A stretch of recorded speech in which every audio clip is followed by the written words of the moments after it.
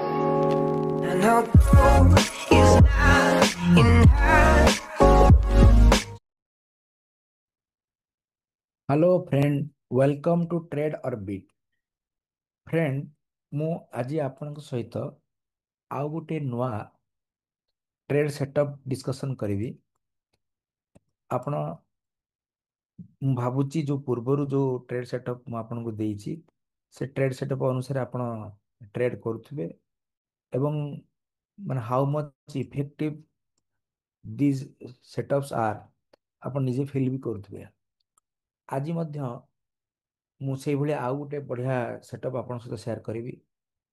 ଏବେ କ୍ୱେଶ୍ଚନ ହଉଛି ଯେ କାହିଁକି ଏ ସେଟଅପ ଗୁଡାକ ମିନିମମ୍ 70 to 90% ର ପ୍ରଫିଟାବିଲିଟି ପାଇଁ ହକଦାର ଅଟେ। ତାର କାରଣ ହଉଛି ମୁଁ ଯୋଉ କଥା ମୁଁ ଅଲରେଡି ୟା ପୂର୍ବ ଭିଡିଓରେ ଡିସ୍କସନ କରିଥିଲି ଯେ ଯେତେବେଳେ ଆପଣ ଟ୍ରେଡ ସେଟଅପ ବନେଇବେ ନା ସେତେବେଳେ ସବୁ ପାରାମିଟରକୁ ଆପଣ ଧ୍ୟାନ ଦେବା ଦରକାର। ଏକା ପ୍ରକାରର 100ଟା ଇଣ୍ଡିକେଟର ଯଦି ଆପଣ ଗୋଟେ ଟ୍ରେଡ ସେଟଅପରେ ରଖିବେ it will not be useful.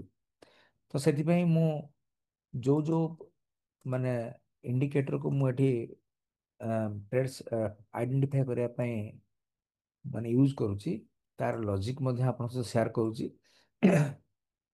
ଖାଲି ଲଜିକ ସେୟାର କଲେ ହବନି, ତାକୁ ନିଜେ ଆପଣ ଯେତେବେଳେ ପର୍ଯ୍ୟନ୍ତ ପ୍ରାକ୍ଟିସ ନିଜେ ନ କରିବେ ଆଉ ନିଜେ ଯେତେବେଳେ ପର୍ଯ୍ୟନ୍ତ ବ୍ୟାକ୍ ଟେଷ୍ଟିଂ ନ କରିବେ, ରିଏଲ ମନି ତ ଲଗେଇବେ ବଟ୍ ରିଏଲ ମନି ପୂର୍ବରୁ ପେପର ଟ୍ରେଡିଂ ବ୍ୟାକ୍ ଟେଷ୍ଟିଂ ନ କରିବେ ତ କିଛି ଫାଇଦା ବି ହବାର ନାହିଁ।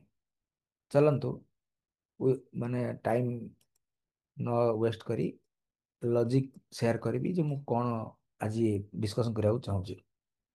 ଯେମିତି ମୁଁ ଅଲରେଡି ଯେକୌଣସି ଟ୍ରେଡ୍ ସେଟଅପରେ ମୁଁ ଏଜ୍ ୟୁଜୁଆଲି କଥା ହଉଥିଲି ଯେ ଗୋଟେ ଟ୍ରେଡ୍ ନେବା ପାଇଁ ମୋତେ ଆବଶ୍ୟକ ଅଛି ଯେ ଭୋଲାଟିଲିଟି, ସେକେଣ୍ଡ ମୋମେଣ୍ଟମ୍, ସେକେଣ୍ଡ ରିଭର୍ସାଲ। ଠିକ ଅଛି।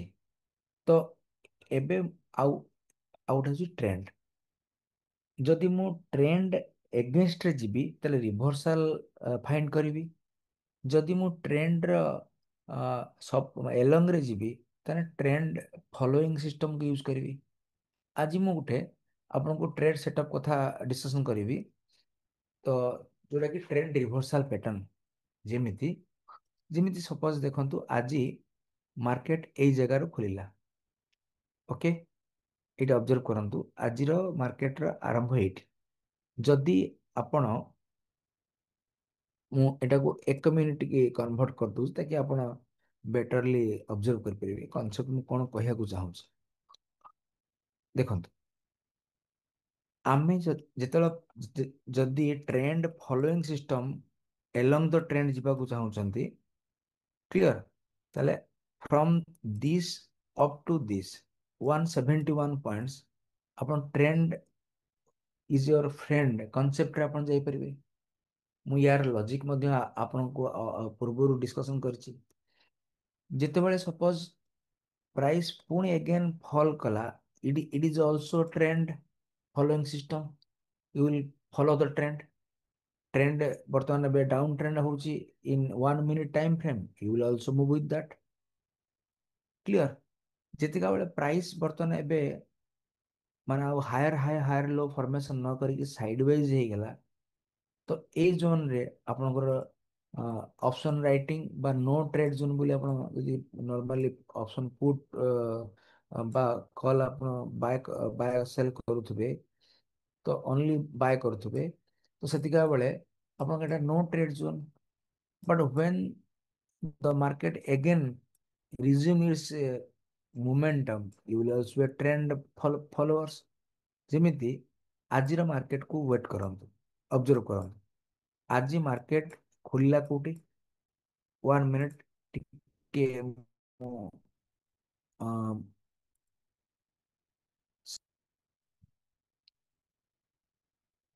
1 ମିନିଟ୍, ହଁ, ଏଇଠି ଦେଖନ୍ତୁ। ଯେତିକା ବେଳେ ଆପଣ ଆଜି ମାର୍କେଟ ଗ୍ୟାପ୍ ଡାଉନ୍ ଖୋଲିଲା, ଦେନ୍ ଆଫ୍ଟର ପ୍ରାଇସ୍ ର ଏଇ ଯୋଉ ମୁଭମେଣ୍ଟ ହେଲା, ଇଟ୍ ଇଜ କମ୍ପ୍ଲିଟଲି ସକାଳ। ଯୋଉ लोक जो ट्रेडर ए मोमेंटम को ऑब्जर्व करि पारिथिबो शुरुआत करिथिबो मॉर्निंग रे it is a very tricky things कहना मार्केट खुलु खुलु अपन ट्रेंड नबाटा भी that is the against rule ना तेणु एबे एई सिनारियो रे तो आपण ट्रेंड को आज सकाळ भावंतु मिस कले कहीं ना प्रथम candle the fast 5 minutes candle ये लगभग आपणकर 110 पॉइंट 129 पॉइंट मते लागुनी कौन ट्रेडर इमिडिएटली एंटर करथिबो जदि भी ता परे आपण एटी एंटर कले आपण के एठी किछि पैसा बन नथिबो कारण मार्केट तापर साइड वेज हो गला क्लियर जितेबाला पुणी आपण एग्जिट कले देन आफ्टर पुणी मोमेंटम आसला 100 पॉइंट तो ऑलरेडी ता बेला आम जानले जे ट्रेंड को धरवा हेले तो जदि पूर्व आम पोजिशन बने था ट्रेंड को धरी पार था तो ये कौन करवा आम रिभर्सल प्लानिंग करवा जदि रिभर्सल प्लानिंग न करवा आम ए जगार जदि प्लान करवा टू सेल चिंता करंतु आपण जदि ए टू सेल करिवे from this region will be in the loser side जदि आपण ए टू सेल करिवे you you may gain something or otherwise you will also lose your side but जदि आपण ए रिभर्सल को कौन से उपाय आपण माने फाइंड आउट करबा ट्राई कर माने जदि किसी क्लू आपको मिल गला आपण ऑब्जर्व करंतु लगभग 440 point reversal clear 440 point reversal clear एवं next day also it is also moving in the same direction 600 point reversal clear आज भी कथा ऑब्जर्व करंतु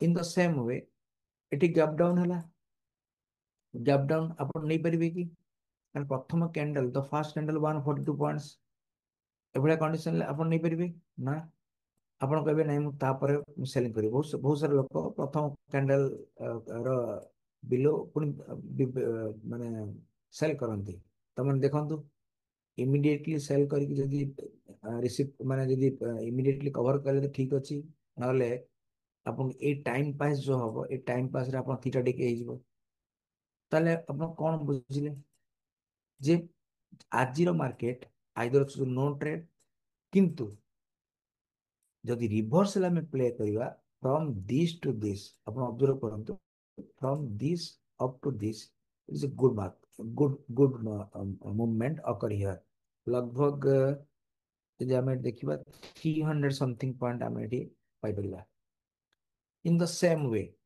एगेन जदि आम यू ऑब्जर्व करवा it is also a good move 338 points पुणी give up करदेला price ये मतलब गोटे गुड मूव तो किसी आम पाखे अच्छी कि सेमती नुआ लॉजिक जो थे आम फाइंड करवा जे रिभर्सल पैटर्न आज मु ट्रेंड फॉलोइंग कथा कथा होनी आज रिभर्सल पैटर्न ए मूवमेंट बा ए मूवमेंट को आम केमिति ग्राफ करवा तार विषय में कथा हेबी बुझी पारले मु ऑलरेडी गोटे लॉजिक आपको आगु मु डिस्कशन करती रिभर्सल कथा आसीबो ना से वोलेटिलिटी माने आप भूल पारे वोलेटिलिटी आप काम आसब ही आसब you can not ignore the volatility जब वोलेटिलिटी इग्नोर कर ना ताले आपण एबे बोलिंजर बैंड को केम भूलिबे तो निहाती बोलिंजर बैंड को आपण एठी डिस्कशन करिया पड़ो जेते बोलिंजर बैंड कथा हमें कथा हवा ना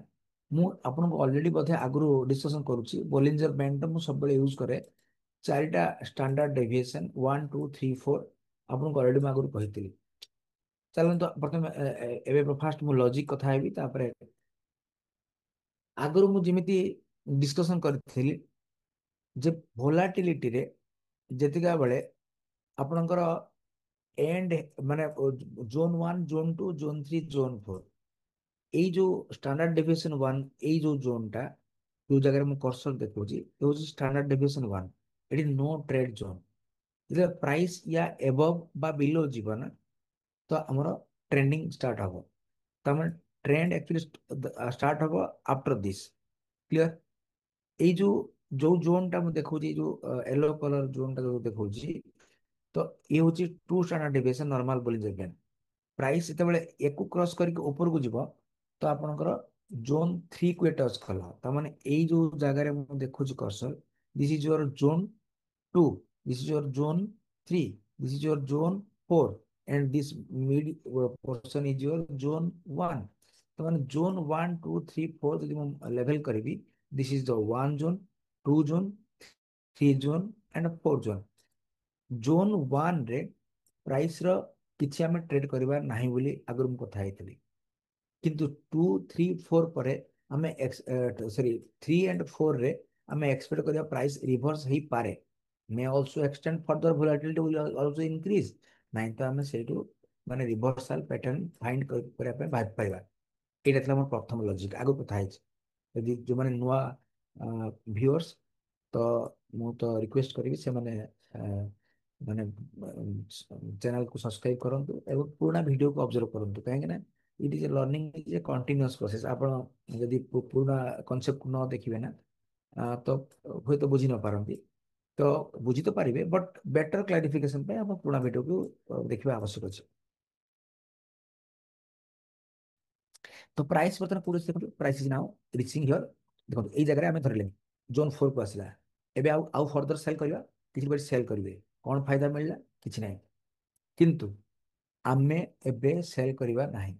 काहे करबानी? Because price is in the zone 3 and zone 4। तो आमे कोन प्लान करबा? रिवर्सल पैटर्न प्लान करबा। तो वेट करबा जे बाय करबा और सेल करबानी। हो रिवर्सल पैटर्न पाए एबे बुझिले काहे कि मो रिवर्सल पैटर्न फाइंड आउट करबा चाहिए। एबे नेक्स्ट मोर नेक्स्ट कॉन्सेप्ट हला जे हाँ बोलिंजर बैंड तो मते कहिदला जे प्राइस एबे रिवर्स करिवार चांस अछि, नॉट 100% बट चांस अछि रिवर्स करिवे। तो एबे यदि रिवर्स करिवा कथा हमें एटी प्लान करिवा तो कोउट करिवा? एटू किनि देबा, एटू किनि देबा ना एटू किनिबा? ग्रीन कैंडल हे गेला, एटू किनि देबा। मो कथा बुझन मु कोन कहय चाहूची, किछि किछि लोक आपनको कहबे जे ଆପଣ ଏଇ ଜାଗାରୁ କିଣି ଦିଅନ୍ତୁ, ଗ୍ରୀନ କ୍ୟାଣ୍ଡେଲ ହେଲା ଏବଂ କିଣି ଦିଅନ୍ତୁ, ଷ୍ଟପ ଲସ୍ କୋड ଦେବେ ନା ବିଲୋ ଦିସ୍। ଓକେ, ତ ଆପଣଙ୍କର କଣ ହବ ନା ପ୍ରଫିଟ ଆପଣ ପାଇବେ। ଆପଣ ଦିନ ସାରା 1 2 3 4 5 ମାନେ କେତେଟା ଦେଖନ୍ତୁ, 9ଟା 20 ପାଖରୁ ଅପ୍ ଟୁ 10ଟା 55 11ଟା ପର୍ଯ୍ୟନ୍ତ ମାନେ लगभग ମାନେ 2 ଘଣ୍ଟା ଆପଣଙ୍କର ପ୍ରାଇସ୍ ସେଇ ଜାଗାରେ ମୁଭ୍ କଲା। ତେଣୁ ଭାବୁଛନ୍ତି ଥୀଟା ଟିକେ କେତେ ହେଇଥିବ ଏକ୍ସପାୟରୀ କାଲି। ତେଣୁ ଆପଣଙ୍କର ଏଇ ଯୋଉ ଷ୍ଟାଇଲ ଅଫ ଟ୍ରେଡିଂ এটা ইফেক্টিভ কি ନାହିଁ ଆପଣ ନିଜେ ଫିଲ୍ କରନ୍ତୁ। This is only waste of time and waste of money, because theta ଟିକେ ହବ, ବୁଝିଲେ କି ନାହିଁ? ତ କଣ କରିବେ? ନେକ୍ସଟ ଆମେ ନେକ୍ସଟ କନସେପ୍ଟକୁ ଯିବା ଯେ ଆମେ এই ইমিডিয়েটলি जो মেথডরে আমি immediately buy above this green candle মানে রিভার্সাল প্যাটার্ন এইটু বাय করিবা এন্ড ରଖିବା ଷ୍ଟପ୍ ଲସ୍ ବିଲୋ ଦିସ୍, ନା ଆଉ କିଛି ମେଥଡ ଫଲୋ କରିବା? ସେଠୁ ଆସିଲା କନସେପ୍ଟ ଯେ ରିଭର୍ସାଲ ଯେତେବେଳେ ପ୍ଲେ କରିବା, ଭୋଲାଟିଲିଟି ତ ଏ ଲାଷ୍ଟ ଏଣ୍ଡରେ ଅଛି, 4 ଜୋନରେ ଅଛି, 3rd ଜୋନରେ ଅଛି। ଏଠୁ ଆମେ ନେକ୍ସଟ ପ୍ଲାନ୍ ଯେତେବେଳେ କରିବା ବାଇଙ୍ଗ ପାଇଁ ଆମେ କ'ଣ ପ୍ଲାନ୍ କରିବା? ଯେତେବେଳେ ବାଇଙ୍ଗ ପାଇଁ ପ୍ଲାନ୍ କରିବା, ରିଭର୍ସାଲ ପାଇଁ କିଏ ଆପଣଙ୍କୁ କନଫର୍ମ କରିବ? ମୁଁ ଫାଷ୍ଟ କରିବି ଭୋଲାଟିଲିଟି, ସେକେଣ୍ଡ ହେଉଛି ରିଭର୍ସାଲ କନଫର୍ମେସନ। ମୁଁ ଏଜ ୟୁଜୁଆଲ ଯେମିତି লিডিং ইন্ডিকেটর হিসাବରେ ୟୁଜ କରେ, লিডিং ইন্ডিকেটর হিসাବରେ ୟୁଜ କରେ ନର୍ମାଲି RSI କୁ। ଆଜି କିନ୍ତୁ ୟୁଜ କରିବି ଆଉ ଗୋଟେ ଇଣ୍ଡିକେଟର, ତାର ନାଁ ହେଉଛି ଭର୍ଟେକ୍ସ। ଓକେ, ଏ ଭର୍ଟେକ୍ସ ଇଣ୍ଡିକେଟର ମୁଁ ୟା ଉପରେ ଡେଡିକେଟେଡ ମାନେ ଭିडिଓ କରିବି ପରେ। ଆଜି ତ ତା ଉପରେ ନୁହଁ, ଆଜି ଖାଲି ଲଜିକ ବୁଝନ୍ତୁ। ଭର୍ଟେକ୍ସ ଆପଣଙ୍କୁ ଯେମିତି ଏଡିଏକ୍ସ ଜାଣିଥିବେ, ଏଡିଏକ୍ସ ଭଳି ଯଦି ନ ଜାଣିଛି ମୁଁ ସ୍ପେଶାଲ ୟା ଉପରେ ଭିଡ଼ିଓ କରିବି, ଆପଣ ଇଣ୍ଡିପେଣ୍ଡେଣ୍ଟଲି ମାନେ ଡେଡିକେଟେଡ ଏଇ କନସେପ୍ଟ ଉପରେ ଆପଣ ଦେଖିଦେବେ। ତ ବର୍ତ୍ତମାନ ଏବେ ସିମ୍ପଲି ଖାଲି ବୁଝନ୍ତୁ, ରେଡ୍ ଯଦି ଉପରେ ଅଛି, ଯଦି ବ୍ଲୁ ତଳେ ଅଛି, blue is for plus VI, red is minus VI. Plus VI ଯଦି ବିଲୋ एंड माइनस भी है जदि above, it is a down trend. ता माने जो समय ये रेड ऊपर अच्छी, ये ब्लू तले अच्छी, এটা হচ্ছে আপনার সেলিং জোন। ক্লিयर? ଯେତିକା ବେଳେ ରିଭର୍ସ ହେଇଗଲା ଏଟା ହଉଛି ବାଇଂ। କ୍ଲିयर?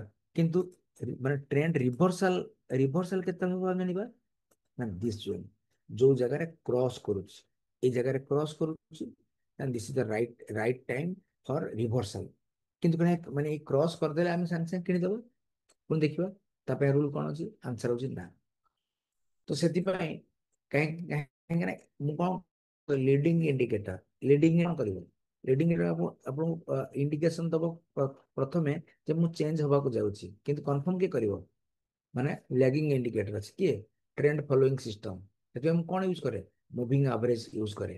କ୍ଲିୟର? ଏବେ ଚାଲନ୍ତୁ ଏବେ ମୁଭିଂ ଆଭରେଜ କୁ ଆମେ ୟୁଜ କରିବା। ତା ମାନେ ଏବେ ମୁଁ କଣ ବୁଝେଇଲି ଦେଖନ୍ତୁ।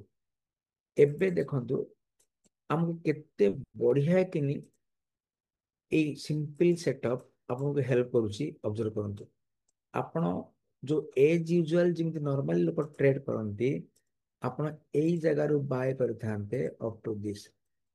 କ୍ଲିୟର? ଏବେ ବୁଝନ୍ତୁ, ଏଇ ଜାଗାରେ ଯଦି ଆପଣ ବାୟ କରିଥାନ୍ତେ, ଆପଣ ଏଇ ଜାଗାରୁ ଏଇ ପର୍ଯ୍ୟନ୍ତ କିଛି ବର୍ତ୍ତମାନ ଏବେ ମୁଭମେଣ୍ଟ ଆପଣ କିଛି ପାଇନଥାନ୍ତେ, ଠିକଟା ଟିକେରେ ସବୁ ଯାଇଥାନ୍ତା। କିନ୍ତୁ ଯଦି ଆପଣ ଏଇ ଜାଗାରେ ବାୟ କଲେ ଇମିଡିଏଟଲି, କାହିଁକି ନା ଆପଣଙ୍କୁ ଆବଶ୍ୟକ ଅଛି ମୋମେଣ୍ଟମ ଅପସନ ବାଇଂ କଲେ, କାରଣ ଏଇ ଜାଗାରୁ ଏଇ ପର୍ଯ୍ୟନ୍ତ ଯୋଉ ମୋମେଣ୍ଟମଟା ହେଲା ନା, ଆପଣ ଇଜିଲି ଗ୍ରାସ୍ପ କରିପାରିଥାନ୍ତେ। ଏବେ ବୁଝନ୍ତୁ ଯେ କଣ ପାଇଁ ଏଇ ସମୟରେ ମୁଁ କରିବିନି, କାହିଁକି ଏଠି କରିବି। କ୍ଲିୟର? ତ ମାନେ ରିଭର୍ସାଲ ତ ଦେଇଦେଲା। ଇଏ ରିଭର୍ସାଲ ଦେଲା ପରେ ଏବେ ଆପଣଙ୍କର ନେକ୍ସଟ କନସେପ୍ଟ କଣ? ଯେ ଟ୍ରେଣ୍ଡ ଆପଣଙ୍କର ଫ୍ରେଣ୍ଡ, ଟ୍ରେଣ୍ଡ ଆପଣଙ୍କୁ ହେଲ୍ପ କରିବା ଦରକାର। ତେଣୁ ଟ୍ରେଣ୍ଡ ଆପଣଙ୍କୁ ହେଲ୍ପ କରିବା ପାଇଁ ହେଲେ ଏନାଦର ଇଣ୍ଡିକେଟରକୁ ମୁଁ ଏଠି ଆପଣଙ୍କୁ ଏଠି ୟୁଜ କରିବି। ତ ତା ନାଁ ହଉଛି ଚପ୍ ଜୋନ୍ ଇଣ୍ଡିକେଟର।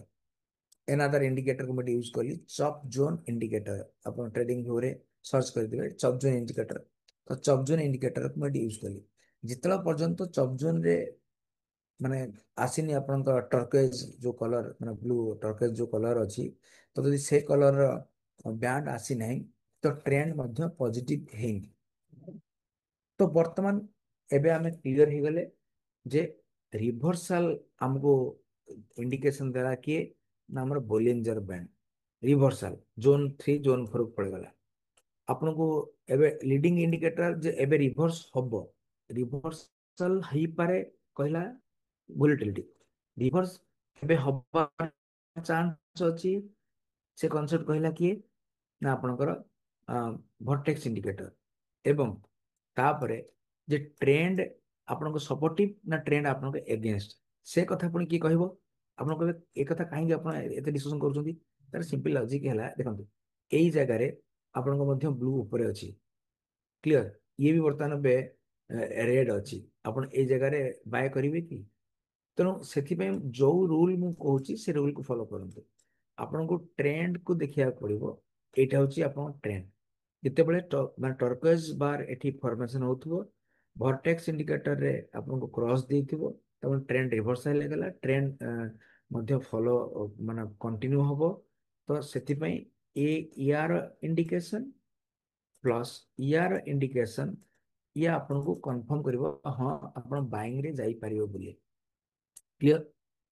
ଏବେ ଆପଣ ଏବେ ଆପଣ ଏଣ୍ଟ୍ରି କରନ୍ତୁ ଏବଭ ଦିସ୍। କ୍ଲିୟର? ଏବଂ ଆପଣଙ୍କ ଟାର୍ଗେଟ ଇଜ ଦିସ୍। କ୍ଲିୟର? କିନ୍ତୁ ୟା ପରେ ବି ମୁଁ ଟ୍ରେଣ୍ଡକୁ ଫାଇଣ୍ଡ ଆଉଟ୍ କରିବା ପାଇଁ ଏଠି ମୁଭିଂ ଆଭରେଜକୁ ମଧ୍ୟ ୟୁଜ କରିପାରେ। ହୁଏତ ଆପଣ ମୁଭିଂ ଆଭରେଜକୁ ମାନେ ୟୁଜ ନ କଲେ ବି ଚଳିବ, କାହିଁକି ନା ଅଲରେଡି ମୁଁ ଏ ଯୋଉ ଟ୍ରେଣ୍ଡ ଫାଇଣ୍ଡର, ଏ ଯୋଉ ଟ୍ରେଣ୍ଡ କୁ ଫାଇଣ୍ଡ କରିବା ପାଇଁ ଯୋଉ ଅଲରେଡି ମୁଁ ସବ୍ ଜୋନ୍ ୟୁଜ କରୁଛି, ତ ତା ଭିତରେ ଏଭ୍ରିଥିଙ୍ଗ ଇନକ୍ଲୁଡ ହେଇଯାଇଛି। କ୍ଲିୟର? କିନ୍ତୁ ଏବେ ଯଦି ଚାହିଁବେ ଆପଣ ଯେ ମାନେ ଏଇ ପୂର୍ବ ଇଣ୍ଡିକେଟର କେମିତି ମାନେ ସବ୍ ଜୋନ୍, ଭର୍ଟେକ୍ସ ଆଣ୍ଡ ଭୋଲାଟିଲିଟି ଏକୁ ୟୁଜ କରିକି ଯଦି ମୁଁ ଏବେ ଟ୍ରେଡ ସେଟଅପ୍ ବନେଇବି ବା ଟ୍ରେଡ ନେବାକୁ ଟ୍ରାଏ କରିବି, ତାହେଲେ ମତେ ପୋଜିସନ କୋଉଠି ମିଳିବ? ଅବଜର୍ଭ କରନ୍ତୁ, ମତେ ପୋଜିସନ ମିଳିଲା ଏ ବିଗ ମୁଭମେଣ୍ଟ ପରେ। ଠିକ ଅଛି, ଏ ବିଗ ମୁଭମେଣ୍ଟ ପରେ ଯଦି ମୁଁ ଏଣ୍ଟ୍ରି କରିବି ନା, ତାପରେ ବି ମୁଁ ପ୍ରଫିଟେବୁଲ, ବିକଜ ଏ ଜାଗାରୁ ଏଣ୍ଟ୍ରି କଲି with confirmation I will reach here. लगभग 199 पॉइंट ର ମୁଭମେଣ୍ଟ ହେଲା, କିନ୍ତୁ ରୁଲ ଇଜ ଅଲୱେଜ ମାନେ you have to follow that. ତ ସେଥିପାଇଁ ଆମେ ଆହୁରି ଆମକୁ ମଡିଫାଏ କରିବାକୁ ପଡିବ। ତ ଏ ଜାଗାରେ ତ ଏଣ୍ଟ୍ରି କଲେ ବି ପ୍ରଫିଟେବୁଲ, ଫିର ବି ଆଉ କ'ଣ କରିପାରିବା, ମୁଁ ଯୋଉ କଥା କହୁଥିଲି ନେକ୍ସଟ କନସେପ୍ଟ ଇଜ ଦ୍ୟାଟ୍, ଯେ ଆପଣ ଏଠି ଭଲ୍ୟୁମକୁ ଆପଣଙ୍କ କନସେପ୍ଟରେ ଆଡ୍ କରିବେ। ମୁଁ ଆଗରୁ ବୋଧେ ବହୁତ ଥର କହିଛି ଯେ ଭଲ୍ୟୁମ ପାଇଁ ମୁଁ ପିଭିଟି କୁ ୟୁଜ କରୁଛି। ତା ମାନେ ପିଭିଟି, ପ୍ରାଇସ୍ ଭଲ୍ୟୁମ ଟ୍ରେଣ୍ଡ, କୋଉ ଜାଗାରେ କନଫର୍ମ କରାଇଲା ଦେଖନ୍ତୁ। ଆପଣଙ୍କ ଭୋଲାଟିଲିଟି ମୁଁ ଏବେ କ୍ଲୋଜ କରେଇଲି, ତ ଏବେ ପିଭିଟି ଆପଣଙ୍କୁ କନଫର୍ମ କରାଇଦେଲା, ମାନେ ମୁଁ ଏବେ ଟ୍ରେଣ୍ଡ ଚେଞ୍ଜ କରିବାକୁ ଯାଉଛି ବୋଲି। କୋଉ କ୍ୟାଣ୍ଡେଲରେ? In this candle. ଯଦି ଆକର୍ଡିଂ ଟୁ ପିଭିଟି, ମୁଁ ସେଥିପାଇଁ ଷ୍ଟାର୍ଟିଂରୁ ଏଇ ଭିଡ଼ିଓ, ଆପଣ ପିଭିଟି ଭିଡ଼ିଓ କଣ୍ଟିନ୍ୟୁସ୍ 3-4ଟା ଭିଡ଼ିଓ ଦେଖନ୍ତୁ, ବୁଝିପାରିବେ। ଯେତେବେଳେ ପର୍ଯ୍ୟନ୍ତ ପିଭିଟି ଚେଞ୍ଜ ହେଇନି ନା, କାରଣ ପିଭିଟି ଭିତରେ ପ୍ରାଇସ୍ ଅଛି, ଭଲ୍ୟୁମ୍ ଅଛି, ଟ୍ରେଣ୍ଡ ଅଛି, ତ ସବୁ ଏଇ ଏତେ ମଲ୍ଟିପୁଲ ଇଣ୍ଡିକେଟର ଆବଶ୍ୟକ କିଛି ନାହିଁ। ଯଦି ଆପଣ ମାଷ୍ଟରି କରିନେବେ ଆପଣ ତ ପିଭିଟି, ତେଣୁ ପିଭିଟି ବର୍ତ୍ତମାନ ଯେତେବେଳେ ଟ୍ରେଣ୍ଡ ଚେଞ୍ଜ କଲା, ତାମାନେ ଏଇ ଛୋଟିଆ କ୍ୟାଣ୍ଡେଲରେ ଯୋଉ ଜାଗାରେ ମୁଁ କର୍ସର ଦେଖଉଛି, ଭର୍ଟିକାଲ ଲାଇନ ଯୋଉଠି ଅଛି, in this candle you can also enter above this. Okay, okay. ତାପରେ ଆପଣ ଅଟୋମେଟିକାଲି ସେତେବେଳେ ଇଏ ବି ମଧ୍ୟ କନଫର୍ମ କରିଦେଲା। କ୍ଲିୟର? ତ ସେଥିପାଇଁ ଆପଣଙ୍କ ଭର୍ଟେକ୍ସ କନଫର୍ମ କରିବା ପୂର୍ବରୁ ପିଭିଟି କନଫର୍ମ କରିଦେଇଛି, ତେଣୁ ଏବେ ଆଉ କିଛି ଆବଶ୍ୟକ ହିଁ ନାହିଁ। ଭର୍ଟେକ୍ସ, ସବଜୋନ୍, ପିଭିଟି ଏବଂ ବୋଲିଞ୍ଜର ବ୍ୟାଣ୍ଡ, ଏ ସବୁ ସମସ୍ତେ ବର୍ତ୍ତମାନ ଆପଣଙ୍କୁ କନଫର୍ମ କରିଦେଲେ, you can also enter into the trade. ବୁଝିପାରିଲେ? ଏଇଟା ହେଲା ସିମ୍ପଲ କନସେପ୍ଟ। ନେକ୍ସଟ, ଯଦି ୟାକୁ ଆହୁରି ବି ଆପଣ କ୍ଲାରିଫାଏ ହବାକୁ ଚାହୁଁଛନ୍ତି, ଆହୁରି ଏକ୍ସଟ୍ରା ରିଜ୍ୟୁମ୍ କରିବାକୁ ଚାହୁଁଛନ୍ତି, ମୁଁ ଏକ୍ସଟ୍ରା ମାନେ କନଫର୍ମେସନ ନେବାକୁ ଚାହୁଁଛନ୍ତି, ତ ଆପଣ ସେଇ ଜାଗାରେ ମୁଭିଂ ଆଭରେଜକୁ ମଧ୍ୟ ୟୁଜ୍ କରିପାରିବେ। ଏଜ୍ ୟୁଜୁଆଲ ଯୋଉଟା ଆମେ ୟୁଜ୍ କରେ, ଯେ 10 ମୁଭିଂ ଆଭରେଜ ବା 9 ମୁଭିଂ ଆଭରେଜ, ତାପରେ 34 ମୁଭିଂ ଆଭରେଜ। ତ ଆଜି ମୁଁ ଆଉ ଗୋଟେ କଥା ବି ଏଠି ୟୁଜ୍ କରେଇବି, ମୁଁ ଆର୍ଲି ଏଣ୍ଟ୍ରି କରିବା ପାଇଁ। ମନେ ରଖନ୍ତୁ, ଯେତେବେଳେ ପର୍ଯ୍ୟନ୍ତ 10 ମୁଭିଂ ଆଭରେଜ, ଆଉ ଥରେ କହୁଛି, ଯେତେବେଳେ ପର୍ଯ୍ୟନ୍ତ 10 ମୁଭିଂ ଆଭରେଜ ଉପରକୁ ପ୍ରାଇସ୍ ଯାଇନି, ଆପଣ ସିଓର ହେଇଯାଆନ୍ତୁ, 9 ବା 10 ଉପରେ, 9 ନିଅନ୍ତୁ ବା 10 ନିଅନ୍ତୁ, ୟା ଉପରକୁ ପ୍ରାଇସ୍ ଯାଇନି, ଆପଣ ସିଓର ହେଇଯାଆନ୍ତୁ ପ୍ରାଇସ୍ ରିଭର୍ସାଲ ଶୀଘ୍ର ଆସିବାର ନାହିଁ। ତ ତା ମାନେ ଏବେ ଅବଜର୍ଭ କରନ୍ତୁ ଯେ ଏଇ ଜୋନରୁ ଆପଣଙ୍କର ଏଇ 10 ମୁଭିଂ ଆଭରେଜ ଉପରକୁ ପ୍ରାଇସ୍ ଯାଇଛି କି ଯାଇନି? ଯାଇନାହିଁ। ତ ସେଥିପାଇଁ ଆପଣ ଏଇ ସବୁ ଜାଗାରୁ ଯାହା ବି ଏଣ୍ଟ୍ରି କରିବେ, you will be in the loser side. Clear? ଏବେ ଆପଣଙ୍କର ପ୍ରାଇସ୍ ଗଲା କୋଉଠି? In this candle, it will close above this. ଏଇଠି ଦେଖନ୍ତୁ, ଆପଣଙ୍କର ଏଇ କ୍ୟାଣ୍ଡେଲରେ, ମୁଁ ଆଉ ଥରେ କହୁଛି, ଏଇ କ୍ୟାଣ୍ଡେଲ ନା କ୍ଲୋଜ। କ୍ଲିୟର? ଏଇ ଯୋଉ ମୁଭିଂ ଆଭରେଜ ଆପଣ ଦେଖୁଛନ୍ତି ନା, ଏ ସବୁ 10 ମୁଭିଂ ଆଭରେଜ। ଆପଣ କହିବେ ଏତେ ସାରା କ'ଣ 10 ମୁଭିଂ ଆଭରେଜ ଏବଂ ଡିଫରେଣ୍ଟ ଲେନ୍ଥ, ଡିଫରେଣ୍ଟ ଭେରିଏସନରେ ଅଛି? ତା ରିଜିନ୍ ହେଉଛି ବିକଜ ମୁଁ ଏଠି ଯୋଉ ନେଇଛି ନା, simple moving average, exponential moving average and weighted moving average, ତିନିଟା 10 ମୁଭିଂ ଆଭରେଜ ନେଇଛି, ସୋ ଦ୍ୟାଟ୍ ଯେତେବେଳେ ତିନିଟା 10 ମୁଭିଂ ଆଭରେଜର ଉପରେ ପ୍ରାଇସ୍ କ୍ଲୋଜ ହବ, ତାହେଲେ କମ୍ପ୍ଲିଟଲି ଏ 10 ମୁଭିଂ ଆଭରେଜକୁ ସୁପରସିଡ୍ କଲା ବୋଲି ଆପଣ କନଫର୍ମ ହେବେ। ଠିକ୍ ଅଛି? ଆପଣ ଏଇ ଜାଗାରେ ଭାବିକି ଚାଲନ୍ତୁ, ଏଇ ଜାଗାରେ ତ ଆପଣଙ୍କର ଆକର୍ଡିଂ ଟୁ ପ୍ରାଇସ୍ ଆକ୍ସନ କ'ଣ ପାଇଁ? ବିକଜ ଏଇଠି ଏଇଠି ଦେଖନ୍ତୁ, ଆପଣଙ୍କର ବ୍ରେକଆଉଟ୍ ହେଲା। ଓକେ, ଡାଉନୱାର୍ଡ ସ୍ଲୋପିଂ ଚ୍ୟାନେଲ ଏଠି ବର୍ତ୍ତମାନ ଏବେ ଏଠି ବ୍ରେକ୍ ହେଲା, ତ ଏଇ ଜାଗାରେ ପଶିପାରିବେ। କିନ୍ତୁ ନର୍ମାଲି ଆମେ ଯୋଉ ମୁଭିଂ ଆଭରେଜ ହିସାବରେ ନେଉଛନ୍ତି ନା, ମୁଭିଂ ଆଭରେଜ ଏଇ ଜାଗାରେ ଇଣ୍ଡିକେସନ ଦେଲା, ବିକଜ ଏଇଠି the price is now closing above this moving average. ତ ଆପଣଙ୍କର ଏଣ୍ଟ୍ରି ଏବଭ୍ ଦିସ୍। ଓକେ, ଆପଣ ଏଣ୍ଟ୍ରି କରିଯିବେ। ତ ଯଦି ଆମେ ଏଇ ଅନୁସାରେ ନେବା, ତ ପ୍ରାଇସ୍ ତ ଏଠି କ୍ଲୋଜ ହେଇଛି, ଏଠୁ ଏଣ୍ଟ୍ରି ନେବା, ଅଦର ପାରାମିଟରକୁ ମଧ୍ୟ ଏବେ ମାନେ କେମ୍ ଇନ୍ ଟୁ ପ୍ଲେ। ଏଠି ଅଦର ପାରାମିଟର ଅନୁସାରେ ଆମର ଭର୍ଟେକ୍ସ ପଜିଟିଭ ଦେଇଛି ନା ନେଗେଟିଭ ଦେଇଛି?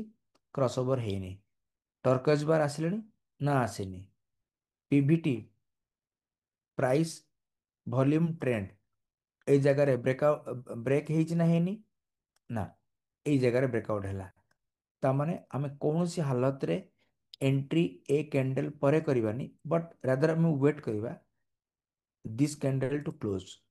ଆମର ଏଣ୍ଟର ହବ ଏବଭ୍ ଦିସ୍। ଓକେ, ଦେଖନ୍ତୁ, ମାତ୍ର ଟଙ୍କେ 2 ଟଙ୍କାର କନସେପ୍ଟ। ସାଇକୋଲୋଜି ବହୁତ ଇମ୍ପାକ୍ଟ କରେ।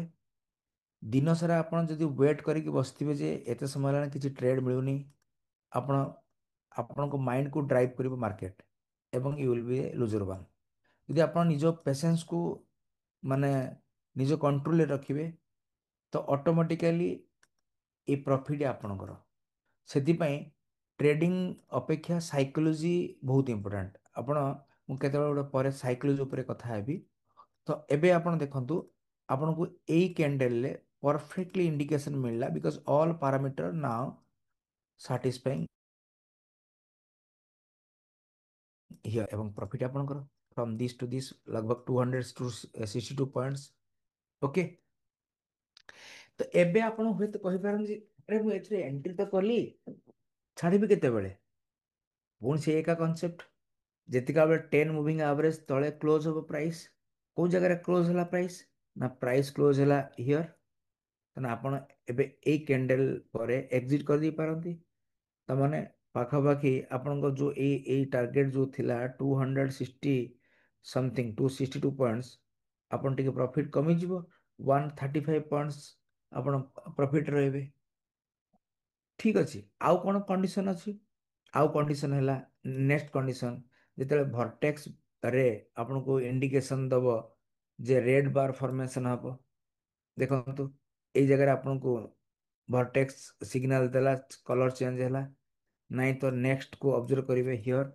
ଏବଂ ସେମ୍ ଟାଇମରେ ଆପଣ ଏଇ ଜାଗାରେ ଦେଖନ୍ତୁ କ୍ରସ ଓଭର ବି ଦେଇଛି ପୁଣି ସେଲିଂ ପାଇଁ। ଚାଲନ୍ତୁ ପୁଣି ସେଲିଂ କଥା ହବା। ମୁଁ ଯୋଉ କଥା କହିଥିଲି ଯେ ବାଇଂ ତ ଆମେ ଟ୍ରେଣ୍ଡ ରିଭର୍ସାଲ କଲେ, ସେଲିଂରେ କ'ଣ କହିଛି ମୁଁ କଣ୍ଡିସନ? ପ୍ରଥମେ ଭୋଲାଟିଲିଟି ଦେଖିବା। ଚାଲନ୍ତୁ ଦୁଇଥର ଆଜି ଟ୍ରେଡ୍ ମିଳିଛି କି ନାହିଁ ଅବଜର୍ଭ କରିବେ। ଭୋଲାଟିଲିଟି ଜୋନ୍ କୋଉଠି ଅଛି? ଭୋଲାଟିଲିଟି ଜୋନ୍ ଦେଖନ୍ତୁ, ଭୋଲାଟିଲିଟି ଜୋନ୍ 4 କୁ ଟଚ୍ କଲା, ତାପରେ ଆପଣ ରିଭର୍ସାଲ କଥା ଭାବିବେ। ଏଣ୍ଟ୍ରି ସାଙ୍ଗେ ସାଙ୍ଗେ କରିବେ? नो। କେତେବେଳେ ଏଣ୍ଟ୍ରି କରିବେ? ନା all the other conditions now when met then we try to enter। ଏବେ ଅବଜର୍ଭ କରନ୍ତୁ ଏଇ ଜାଗାରେ ଅଦର କଣ୍ଡିସନ ଭିତରେ ଭର୍ଟେକ୍ସ ଦେଲା ରେଡ୍, ଭର୍ଟେକ୍ସ କ୍ରସ ଓଭର, ଟର୍କ ମାନେ ଏପଟେ ଚପ୍ ଜୋନ୍ ରେଡ୍। ଏଇଠି ଆପଣ ପ୍ଲାନିଂ କରିପାରନ୍ତି ସେଲ୍ କରିବା ପାଇଁ। କରିବେ କି ନ କରିବେ that is a separate issue, but ଆପଣ ଏଇଠି ଭାବି ପାରନ୍ତି। କ୍ଲିୟର? ତ this is all about the concept. ଯଦି ଆପଣ ଏଇ ଜାଗାରେ ବି ସେଲ୍ କରିଥାନ୍ତେ, ଗୋଟେ ମିନିଟ୍ ରୁହନ୍ତୁ, ମୁଁ ଯଦି ଆପଣ ସେଲ୍ ବି କରିଥାନ୍ତେ ତ ଫ୍ରମ୍ ଦିସ୍ ଜୋନ୍ ଇଏ ବି ପାଖାପାଖି 166 ପଏଣ୍ଟରେ ପୁଣି ଆପଣଙ୍କୁ ପ୍ରଫିଟ୍ ମିଳିଥାନ୍ତା। ତ ଇଏ ମଧ୍ୟ ଆପଣଙ୍କ find the reversal pattern for the buy as well for the sell. Clear? ଏବେ ଆପଣ ନେକ୍ସଟ କ୍ୱେଶ୍ଚନ ଆସିବ ଯେ ପୁଣି ଆଉ ଥରେ ମୁଁ ଏଣ୍ଟ୍ରି କରିପାରିବି କି? ଯେତେ ଥର ଆପଣ ଚାହିଁବେ ଏଣ୍ଟ୍ରି କରିପାରିବେ, ବଟ୍ ରୁଲ ବେସ୍ ହବା ଦରକାର। କ୍ଲିୟର? ଯେମିତି ଏଇ ଜାଗାରେ ଯଦି ଆପଣ ଅଧିକ ଟିକେ କନଜରଭେଟିଭ ହେବେ, ହୁଏତ ଆପଣ ଏଠି ଏକ୍ଜିଟ୍ ମାନେ ଏଇ ଜାଗାରେ ଏଣ୍ଟ୍ରି ନ କରିପାରନ୍ତି। ବିକଜ ରିଜିନ୍ ହେଉଛି କ'ଣ? ନା ରିଜିନ୍ ଦେଖନ୍ତୁ, ଗୋଟେ ମିନିଟ୍ ୱେଟ୍ କରନ୍ତୁ। ପିଭିଟି ଅନୁସାରେ ଆପଣଙ୍କର ପିଭିଟିରେ ଟ୍ରେଣ୍ଡ ଲାଇନ୍ ଯଦି ଡ୍ର କରିବା, ତାହେଲେ ଟ୍ରେଣ୍ଡ ଲାଇନ୍ ବ୍ରେକଡାଉନ୍ ହେଲା ଇନ୍ ଦିସ୍ କ୍ୟାଣ୍ଡେଲ। ତାମାନେ ପୂର୍ବରୁ ତ ଇଏ ଆପଣଙ୍କୁ ସିଗ୍ନାଲ ଦେଇଛି କି ପିଭିଟି ଏଇ କ୍ୟାଣ୍ଡେଲ ପରେ ପ୍ରାଇସ୍ ତଳକୁ ଯିବ ବୋଲି ପିଭିଟି ଆଗରୁ ଇଣ୍ଡିକେସନ ଦେଲା। କ୍ଲିୟର? ତାହେଲେ ଏ ଇଣ୍ଡିକେସନ ଆଗରୁ ମିଳିଛି, ବଟ୍ ଇଏ ଟର୍କୋଏଜ୍ ବାର୍ ଏଥିରେ ରିଭର୍ସାଲ ଆସିନି। ରିଭର୍ସାଲ ଆସିଲା ଏଠି, ଆପଣ ଏଇଠୁ ଏଣ୍ଟ୍ରି କରିବେ। କିନ୍ତୁ ପୁଣି କ'ଣ ହେଲା? ପ୍ରାଇସ୍ ପୁଣି ସାଇଡ୍ ୱାଇଜ୍ ପଳେଇଗଲା। କାହିଁ ସାଇଡ୍ ୱାଇଜ୍ ଗଲା? ମୁଁ ଏଗେନ୍ ସେଇ କଥା ଆପଣଙ୍କୁ ବାର ବାର ବୁଝଉଛି ଯେ ଯେତେବେଳେ ପର୍ଯ୍ୟନ୍ତ ଅରିଜିନାଲ ମୁଭମେଣ୍ଟ ଷ୍ଟାର୍ଟ ହବ ମାନେ ଯେତେବେଳେ ପର୍ଯ୍ୟନ୍ତ ଆପଣଙ୍କର ଏଇ ଯୋଉ ପିଭିଟିରେ ମାନେ ବ୍ରେକଡାଉନ ହେଇନି, ଆପଣ ବି ଏଠି ମୋମେଣ୍ଟମ ପାଇବେ ନାହିଁ। ସେଥିପାଇଁ ଷ୍ଟ୍ରେଙ୍ଗଥ ଅଫ ଦ ମୋମେଣ୍ଟମକୁ ଆପଣଙ୍କୁ ଧରିବାକୁ ହେଲେ ଆପଣ ଆଇଦର ଇନିସିଆଲି ଆପଣ ଟ୍ରେଡ୍ ନେବେ, ନାଇଁ ତ ଯୋଉ ମୋମେଣ୍ଟମ ପକଡ଼ିବା ପାଇଁ ଯୋଉ ଲଜିକ୍ ମୁଁ ତାକୁ ଡିସ୍କସନ କରିଥିଲି, ଯୋଉ ଡପ୍ ଟ୍ରେଡ୍, ଆପଣ ଡପ୍ ଟ୍ରେଡ୍ ଏଣ୍ଟ୍ରି ଥ୍ରୁରେ ଆପଣ ଅପସନରେ ପ୍ଲେ କରିପାରନ୍ତି। ନାଇଁ ତ ଆପଣ ଫ୍ୟୁଚର ବା କ୍ୟାସ୍ ଯଦି ଏଣ୍ଟ୍ରି କଲେ ତାହେଲେ ହୁଏତ ଏଇ ଜାଗାରେ ସେଲ୍ କରିପାରିବେ।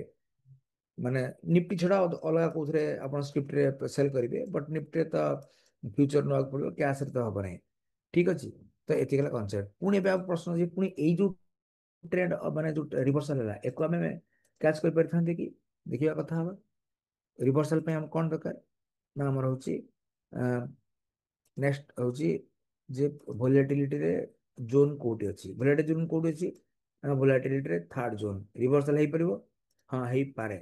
ତେଣୁ ଏବେ ତାପରେ କଣ କରିବା ନା ଦେନ୍ ଆମେ ୱେଟ୍ କରିବା ଯେ ଆମର ଅଦର ପାରାମିଟର ସାଟିସ୍ଫାଏ ନହେଲା ପର୍ଯ୍ୟନ୍ତ ଆମେ ଏଣ୍ଟ୍ରି କରିବା ନାହିଁ। ଅଦର ପାରାମିଟର ଭିତରେ କିଏ ଯାଉଛି ନା cross over of the vortex plus VI to the minus VI କୋଉ ଜାଗାରେ ଦେଲା, ହିଅର। କ୍ଲିୟର, ତାମାନେ ଏତିକି ଇଏ ବି ଟର୍କୋଇଜ୍ ବାର ଫର୍ମେସନ। କ୍ଲିୟର, ବଟ୍ ଏଇ ଜର୍ଣ୍ଣି ଭିତରେ ଅଲରେଡି ପ୍ରାଇସ୍ ଆସି କୋଉଠି ପହଞ୍ଚି ସାରିଲାଣି, ଅବଜର୍ଭ କରନ୍ତୁ। ଏଇଟା ହଉଛି ଆପଣଙ୍କର ଜୋନ୍ 1, ଏ ଜୋନ୍ 2, ତ ଏଇ ଜାଗାରେ ପହଞ୍ଚିଲାଣି। ତେଣୁ ହୁଏତ ଏବେ ଅଳ୍ପ ବାଟ ଆଉ ଅଛି ଆପଣ ମାନେ to reach here in the zone 3 or zone 4। ତ ଆପଣ ଯଦି ମାର୍କେଟ କ୍ଲୋଜ ହବାକୁ ଯାଉଛି ଯଦି ଆପଣ ଏଣ୍ଟ୍ରି କରିପାରିବେ ତ କରିପାରିବେ, ନାହିଁ ତ ନାହିଁ। କିନ୍ତୁ ମତେ ପଚାରିବ ଯଦି ମୁଁ ଏଠି ଏଣ୍ଟ୍ରି କରିବି ନାହିଁ, କାହିଁକି? ତା ରିଜିନ୍ ହେଲା ନା because PVT is still now in down.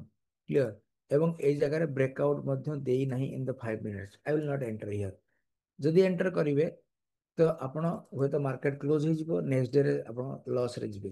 କଣ ପାଇଁ ନା ଆପଣ ଦେଖନ୍ତୁ ଏଇ ଜାଗାରେ ଏଇ ଯୋଉ ସାର୍ପ ମୁଭମେଣ୍ଟ ହେଲା ନା, ଏ ସାର୍ପ ମୁଭମେଣ୍ଟଟା କେବଳ ଏଇ ପିଭିଟି ଯୋଗୁ ହିଁ ପାଇଲେ ଆପଣ। ପିଭିଟି, ଏଠି ପିଭିଟିରେ କିଛି ସପୋର୍ଟ ନାହିଁ। ଏ ଟର୍କୋଇଜ୍ ବାର, ଏଠି ଭର୍ଟେକ୍ସର signal, all signal now satisfying that ଯେ ପ୍ରାଇସରେ ମୋମେଣ୍ଟମ ଇମିଡିଏଟଲି ଆସିବ। Okay, I think this concept is now clear to all of you. ଇଏ ବହୁତ ସହଜ କନସେପ୍ଟ ଏବଂ ରୁଲ ବେସ୍ କନସେପ୍ଟ। ଯଦି ଆପଣ ଏଥିରେ 1 ମିନିଟ୍ ବି ଟ୍ରାଏ କରିବେ ତ 1 ମିନିଟ୍ରେ ବି ଆପଣ ଏଣ୍ଟ୍ରି ଏକ୍ଜିଟ୍ କରିପାରିବେ ବାଇ ଦିସ୍ ରୁଲ୍ ଅଲସୋ। ଦେଖନ୍ତୁ ଯଦି ହଁ ଏଇ ଯୋଉ ଲାଷ୍ଟ ମୁଭମେଣ୍ଟଟା ଯୋଉ ପ୍ରାଇସ୍ ମୁଭମେଣ୍ଟ ଦେଲା ନା, ତାକୁ ଆପଣ 1 ମିନିଟ୍ ଯଦି ଅବଜର୍ଭ କରିଥାନ୍ତେ, ହଁ 1 ମିନିଟ୍ରେ ତ ନିହାତି ଏଇ ଯୋଉ ଟ୍ରେଣ୍ଡକୁ ଆମେ କ୍ୟାଚ୍ କରିପାରିଥାନ୍ତେ। କେମିତି ଦେଖନ୍ତୁ ପ୍ରାଇସ୍ କୋଉଠି ଆସି ପହଞ୍ଚି, price in the zone 4। Zone 4ରେ କ'ଣ ହବ, ରିଭର୍ସାଲ। ରିଭର୍ସାଲ ହେଲେ ଆମେ ପୁଣି କ'ଣ ପ୍ଲାନ୍ କରିବା, ଦେଖିବା ଯେ ଏପଟେ ଟ୍ରେଣ୍ଡ ଚେଞ୍ଜ ହେଲାଣି କି ନାହିଁ। ଟ୍ରେଣ୍ଡ ଚେଞ୍ଜ ହେଇଛି କି ନାହିଁ, କାହିଁକି ନା ଭର୍ଟେକ୍ସରେ ଦେଇନି ସିଗ୍ନାଲ, ଟର୍କୋଇଜ୍ ବାର ଆସିି ନାହିଁ, ତ ନବା କି ନବା ହିଁ ନାହିଁ। ତେଣୁ ୱେଟ୍ ଆଣ୍ଡ ୱାଚ୍। ତେଣୁ କେତେବେଳେ ଦେଲା ସିଗ୍ନାଲ, ସବୁ କଣ୍ଡିସନ ସାଟିସ୍ଫାଏ ନା ହିଅର, ତ ଏଇ ଜାଗାରେ ଆପଣ ଏଣ୍ଟ୍ରି କରିପାରନ୍ତି। ପାରନ୍ତି ମୁଁ କହିଲି, କରିବେ କହୁନି। କାହିଁ କହୁନି ନା ବିକଜ ଏଠି ଦେଖନ୍ତୁ ଏ ପର୍ଯ୍ୟନ୍ତ ପ୍ରାଇସର ମୁଭମେଣ୍ଟ କାରଣ ମାନେ ଯୋଉ ପିଭିଟିରେ ବେଶ ଚେଞ୍ଜେସ୍ ଆସି ନାହିଁ। ମୁଭମେଣ୍ଟ ମାନେ ଏଇ ଜାଗାରେ ପିଭିଟି କ୍ରସ୍ କଲା, ତାପରେ ଆପଣ ଏଣ୍ଟ୍ରି କରିପାରିଥାନ୍ତେ ଇନ୍ ଦିସ୍ କ୍ୟାଣ୍ଡେଲ। ଏଇ କ୍ୟାଣ୍ଡେଲ ଏବଭରେ ଆପଣ ଏଣ୍ଟ୍ରି କରିଥାନ୍ତେ, ଆପଣଙ୍କୁ 32 ପଏଣ୍ଟ ମିଳିଲା। ତ ଅଧିକ ପଏଣ୍ଟ କାହିଁକି ମିଳିଲାନି? ସିମ୍ପଲ ମୁଁ ଦେଲି, ମାନେ ବର୍ତ୍ତମାନ ଏବେ ଏଇ ଅନୁସାରେ ହେଲା ନା, ମାର୍କେଟ ଦେଲା ମୋମେଣ୍ଟମ, ବଟ୍ ସେଇ ମୋମେଣ୍ଟମ ବେଳେ ପ୍ରାଇସ୍ ଆସି କୋଉଠି ପହଞ୍ଚିଲାଣି, ଜୋନ୍ 3 ଜୋନ୍ 4, ଜୋନ୍ 3 ଜୋନ୍ 4, ତ ଆଉ କେତେ ବାଟ ପର୍ଯ୍ୟନ୍ତ ଏକ୍ସଟେଣ୍ଡ କରିବ କ'ଣ ନାହିଁ, I can not predict that. ସେଥିପାଇଁ ଆଉ ମାର୍କେଟ ବି କ୍ଲୋଜ ହେବାକୁ ଯାଉଛି, I will not enter here. Clear, ଯେହେତୁ ସିମ୍ପଲ ଲଜିକ। ତେଣୁ ଆପଣ ଏଠି ମାନେ ରୁଲ ବେସ୍ ଅନୁସାରେ ଟ୍ରେଡ୍ କରିବେ। ସବୁ ପାରାମିଟରକୁ ମୁଁ ଏଠି ମାନେ ସ୍ଥାନ ଦେଇଛି, ଯେମିତି ଏଜ୍ ୟୁଜର ଆଗରୁ ବି ୟୁଜ୍ କରୁଥିଲି, କାରଣ ମୋ ଟ୍ରେଡିଂ ଷ୍ଟାଇଲ ଆଣ୍ଡ ସେଟଅପ୍ ସବୁବେଳେ ଏଇ 4ଟା ପାରାମିଟର, 4ଟା ଇଣ୍ଡିକେଟରକୁ ବେସ୍ ହିଁ ଥାଏ। ତ ଦେଖନ୍ତୁ ଏ ସିମ୍ପଲ ମେଥଡରେ ଆପଣ ଯେକୌଣସି ଟ୍ରେଡକୁ ମଧ୍ୟ ଚାହିଁଲେ ଆପଣ ପ୍ଲେ କରିପାରିବେ ଏବଂ ନେବେ କି ନ ନେବେ ତାକୁ ମଧ୍ୟ ପ୍ଲାନ୍ କରିପାରିବେ। ଓକେ, ତ ମୁଁ ଆଶା କରିବି ଆପଣଙ୍କ ଭିଡ଼ିଓ ଭଲ ଲାଗିବ। କାହିଁକି? ନିଶ୍ଚିତ ଭଲ ଲାଗିବ, କାରଣ ବିକଜ ଇଏ ଆପଣଙ୍କୁ ପ୍ରଫିଟ୍ କରିକି ଦେବ। କ୍ଲିୟର, ଏବଂ ସେକେଣ୍ଡ ଥିଙ୍ଗ, ଆପଣ ଯଦି ଭିଡ଼ିଓ ଭଲ ଲାଗେ ଆପଣ ଲାଇକ୍ କରନ୍ତୁ, ସବସ୍କ୍ରାଇବ୍ କରନ୍ତୁ। ଏବଂ ଆଉ ଗୋଟେ କଥା ମୁଁ ଆପଣଙ୍କୁ କହୁଛି, ଆପଣ ଯଦି ଅଧିକ ନମ୍ବର ଅଫ୍ ଲାଇକ୍ କରିବେ ଏବଂ ଯଦି ବୁଝି ନ ପାରୁଥିବେ ତାହେଲେ କମେଣ୍ଟ ଆପଣ କଲେ ବି ମୁଁ ଆପଣଙ୍କୁ ମାନେ ନେକ୍ସଟ ଯୋଉ କନସେପ୍ଟରେ ପ୍ରୋବ୍ଲେମ୍ ଅଛି ନେକ୍ସଟ ଭିଡ଼ିଓରେ ଆପଣଙ୍କୁ happy to share my concept.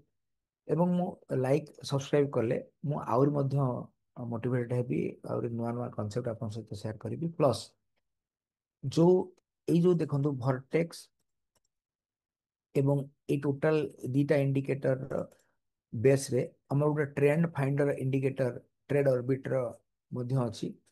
ତ ଆପଣ ଯଦି ଏ, ଅମ୍, ମାନେ ଚାହିଁବେ ଲାଇକ୍ କରନ୍ତୁ, କମେଣ୍ଟସରେ ଲେଖନ୍ତୁ, ମାନେ I will happy to share this. ଦେଖନ୍ତୁ ଯୋଉ ଜାଗାରେ ଏଇ ଜାଗାରେ ମୋମେଣ୍ଟମ, ତାକୁ ଆପଣ ଅଲଗା କିଛି ଅବଜର୍ଭ କରିବା ଆବଶ୍ୟକ ନାହିଁ। ଯୋଉ ଜାଗାରେ ଏଇ ଇଣ୍ଡିକେସନ ଦେଇଛି ନା ଅଲରେଡି ଏଠି ଆପଣ ଟ୍ରେଣ୍ଡ ଫାଇଣ୍ଡରରେ ମଧ୍ୟ ଆପଣଙ୍କୁ ଇଜିଲି ଆପଣ ଫାଇଣ୍ଡ କରିପାରିବେ ଯେ ନାଇଁ ମତେ ଟ୍ରେଡ୍ ନବାର ଅଛି କି ନବାର ନାହିଁ। କ୍ଲିୟର। ଦେଖନ୍ତୁ ଏଇ ଜୋନରେ ଯୋଉମାନେ ଏଣ୍ଟ୍ରି କରିବାକୁ ଚାହୁଁଥିବେ ମୋ ମାନେ ଟ୍ରେଡ୍ ଅର୍ବିଟ ଟ୍ରେଣ୍ଡ ଫାଇଣ୍ଡରରେ ଆପଣ ଇଜିଲି ଏଟା ଆସେସ୍ କରିବେ this is a no trade zone, I will not enter here. Clear. ଏଠି ଦେଖନ୍ତୁ ଆପଣଙ୍କର ଏଇଠି ହ୍ୱାଇଟ୍ ଅଛି, ଏଠି नो ଟ୍ରେଡ୍ ଜୋନ୍, ଏଠି ରେଡ୍ ବନିଲା ବଟ୍ ଅଦର ପାରାମିଟର ଚେକ୍ କରିବେ। ବଟ୍ ଏଠି ଦେଖନ୍ତୁ ଆପଣଙ୍କର ପୁରା କଣ୍ଟିନ୍ୟୁସ୍ ରେଡ୍ ଆସିଲା ଏବଂ ଡାଉନଫଲ୍। ଏବଂ ଏଇ ଜାଗାରେ ମୁଁ ଯୋଉ କଥା କହୁଥିଲି ଏଠି ଟ୍ରେଡ୍ ନେବିନି ବିକଜ ମୋ ଟ୍ରେଣ୍ଡ ଫାଇଟର ମନା କରୁଛି ଯେ ମୁଁ ବର୍ତ୍ତମାନ ଏବେ ଟ୍ରେଡ୍ ନେବାକୁ ନେବି ହିଁ ନାହିଁ because it's in red zone. Clear.